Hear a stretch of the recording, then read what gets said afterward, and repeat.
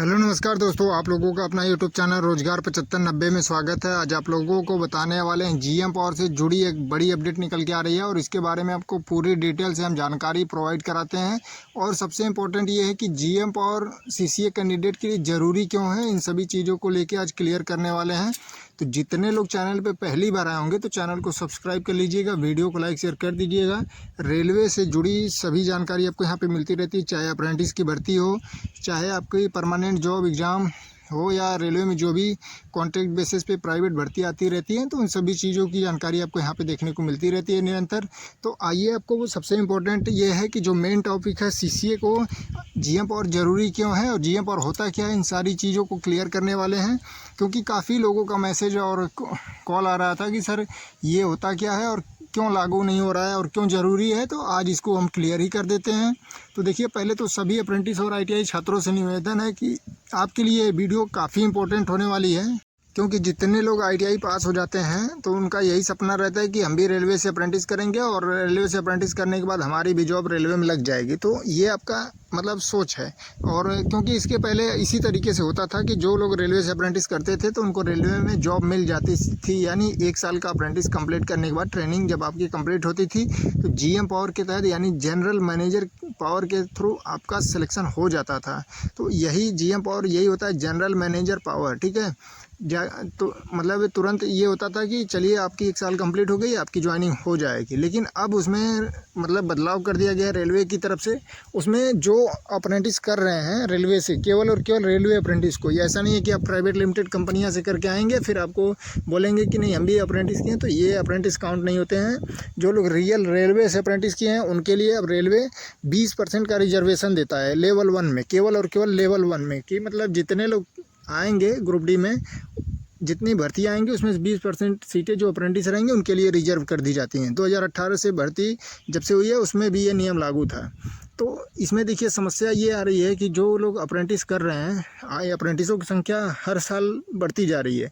कारण है कि हर साल अप्रेंटिस की भर्ती आ रही है और जो परमानेंट जॉब है रेलवे में उसकी संख्या काफ़ी मतलब सीटें खाली हैं। क्योंकि कारण ये है कि 2019 की बाद से यानी कोरोना के बाद से भर्ती अभी तक हुई नहीं है। ये 24 की भर्ती आई और 25 में फॉर्म भरा गया, तो इस तरीके से काफ़ी डिले हो रहा है। और 1,68,70,000 लगभग लेवल 1 यानी ग्रुप डी में ही सीटें खाली हैं, ऐसा रेल मंत्री का दावा है, उनका ही डाटा है।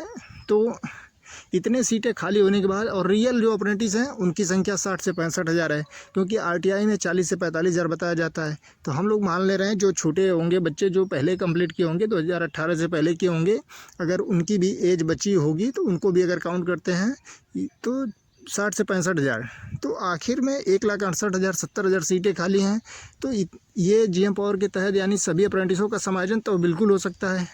तो इसीलिए सभी लोगों को जीएम पावर के तहत रख लेना चाहिए, परमानेंट कर देना चाहिए। क्योंकि ये इन्होंने अपना वर्कशॉप में, स्टेशन पे, सभी जगह लोको सेट में ये अप्रेंटिस छात्र 1 साल की ट्रेनिंग लिए हुए हैं, पूरा इनको एक्सपीरियंस है, डबल स्किल्ड है। इससे रेलवे को भी बेनिफिट हो रहा है और छात्र जो वहाँ से करके आए हैं बेरोजगार हैं तो उनका भी यही मानना है कि रेलवे में जगह इतनी खाली है और रेलवे में इतनी एक्सीडेंट होते हैं सेफ्टी कैटेगरी में सीटें खाली होने के कारण, तो इसमें जीएम पावर मिलना चाहिए।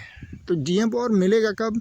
जब आप लोग जागरूक होंगे। क्योंकि देखिए, हम लोग आपकी आवाज़ों को पहुंचाने की कोशिश करते हैं कि रेल मंत्री तक पहुंचाया जाए, रेलवे बोर्ड तक पहुंचाया जाए और भी जो भी संगठन है रेलवे के वहाँ तक पहुंचाया जाए। और AIRF हो गया, हम लोग वहाँ तक भी लेटर सब कुछ पहुंचा दिया। वहाँ से भी वहाँ से AIRF के जो अध्यक्ष हैं शिव गोपाल मिश्रा ने भी, आप लोगों ने देखा कि नेशनल मीडिया में आके उनको खुद बयान देना पड़ा कि रेल मंत्री से उन्होंने भी कहा कि ग्रुप डी की सीटों को बढ़ाइए और जो 5-7 हज़ार रुपये पे आप मतलब काम करा रहे हैं ये बंद कराइए, किसी का भविष्य ना खराब करिए। तो हम लोग निरंतर लगे हुए हैं और इसमें आप लोगों की भी जिम्मेदारी है कि आप लोग अगर अप्रेंटिस किए हैं तो ये आपकी भविष्य की बातें हैं। आप लोग अपनी मांगों को संवैधानिक तरीके से रखें और जो भी आपकी नाराज़गी है उसको बताएं सरकार से कि हम लोग स्किल्ड होने के बाद भी बेरोजगार हैं और सीटें इतनी खाली हैं और रेलवे को प्राइवेट किया जा रहा है, तो हम लोगों को ही थोड़ी कम सैलरी में ही वहीं पर रख लिया जाए जैसे अप्रेंटिस कंप्लीट होती है। और अगर जीएम पावर उचित नहीं है तो कोई दिक्कत नहीं है। जीएम पावर अगर नहीं हो सकता है तो कम से कम रेलवे में 50% कोटा तो दे दिया जाए, यानी लेवल 1 में 50% कोटा दे दिया जाए और ALP टेक्नीशियन और जो भी वैकेंसियाँ हैं उसमें 20-20% कोटा दे दिया जाए, जिससे कि सभी कैटेगरी में ये जो अप्रेंटिस छात्र हैं इनका धीरे धीरे समायोजन हो जाए, बेरोजगारी भी इनकी कम हो जाएगी और ये डबल स्किल है, इससे रेलवे को भी बेनिफिट होगा। तो इन सारी चीज़ों को लेके हम लोग आपकी निरंतर आवाज़ों को उठा रहे हैं, जहाँ तक कोशिश हो रही है कि पहुँचाया जाए, आपकी डिमांड को पूरा किया जाए, आपके जो भी हक हैं, अधिकार हैं, आपको जो मिलना चाहिए उसको दिलाने के लिए हम लोग तत्पर हैं। तो आप लोग जितने अप्रेंटिस छात्र हैं, ITI छात्र हैं, जो भविष्य में रेलवे में जाना चाहते हैं, उनके लिए बहुत महत्वपूर्ण वीडियो है। और आपके पास ये आपकी जिम्मेदारी है कि आपके पास जितने भी व्हाट्सएप ग्रुप हों, टेलीग्राम ग्रुप हों, सभी में ये जानकारी शेयर करें, सभी को जागरूक करें, क्योंकि जो भी आप लोग एकजुटता में करेंगे, असंवैधानिक तरीके से आप अपनी मांगों को रखेंगे तो बिल्कुल पूरा होगा। और जो भी दिक्कतें आती हैं तो आप लोग उसको कमेंट करिएगा, जो भी आपकी मांग हो उसको आप लोग बताइएगा, हम लोग पहुंचाने की कोशिश करेंगे। और AIRF की तरफ से भी आपके मुद्दे को भी पूरी तरीके से मतलब इसको लिया गया है। और AITO जो ऑल इंडिया तकनीकी संगठन है उसके भी द्वारा आपके मुद्दों को उठाया जा रहा है। उन्होंने भी आपके मुद्दे को ऐड किया है अपने लेटर में कि कम से कम GM पावर मिले, OTS मिले, या तो कम से कम ALP टेक्नीशियन में 20% मिले। तो देखिए AITO भी आपके सपोर्ट में है और आपका AIRF है, सभी संगठन आपके लिए काम कर रहे हैं, लेकिन आप लोग भी इसमें सपोर्ट करिए। सबसे बड़ी जिम्मेदारी अप्रेंटिस छात्रों की है, ITI छात्रों की है। अगर आप लोग इसमें जागरूक होकर अपने हक और अधिकार के लिए आगे नहीं आएंगे तो इसमें दिक्कतें ये हो रही हैं कि अप्रेंटिस छात्रों की संख्या इतनी होने के बावजूद भी देखिए कोई मतलब नहीं है कि आप लोगों में यूनिटी नहीं है, कोई सपोर्ट नहीं करता है एक दूसरे को, कोई दूसरे की वीडियो आप लोग देखते हैं, लेकिन अप्रेंटिसों का जब मुद्दा आता है तो उसको तुरंत स्क्रॉल कर देते हैं, उसको शेयर करने में आपका ज़्यादा डाटा खत्म होता है, या जो भी है आप अपनी ही आवाज़ों को दबाने की कोशिश करते हैं। तो इसी कारण से आपको न्याय नहीं मिल पा रहा है। तो आप लोग कोशिश यही करिए कि आप अपनी ये जो मांगे हैं, GM पावर, OTS हो, 50% कोटा हो, ALP टेक्नीशियन में 20% की डिमांड हो, इसको पूरा कराने के लिए आपका इसमें बहुत बड़ा योगदान ज़रूरी है।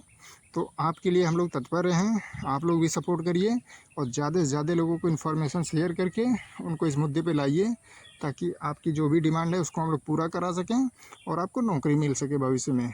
क्योंकि आपने डबल स्किल होने के बाद भी बेरोज़गार हैं, तो ये चीज़ें गलत हैं। आपको रोज़गार मिलना चाहिए और उसी क्षेत्र में मिलना चाहिए जहाँ से आपने अप्रेंटिस किया है, ट्रेनिंग किया है, जिससे कि आप लोगों को पहले से भी अनुभव है, ड्यूटी करने में भी कोई दिक्कत नहीं होगी।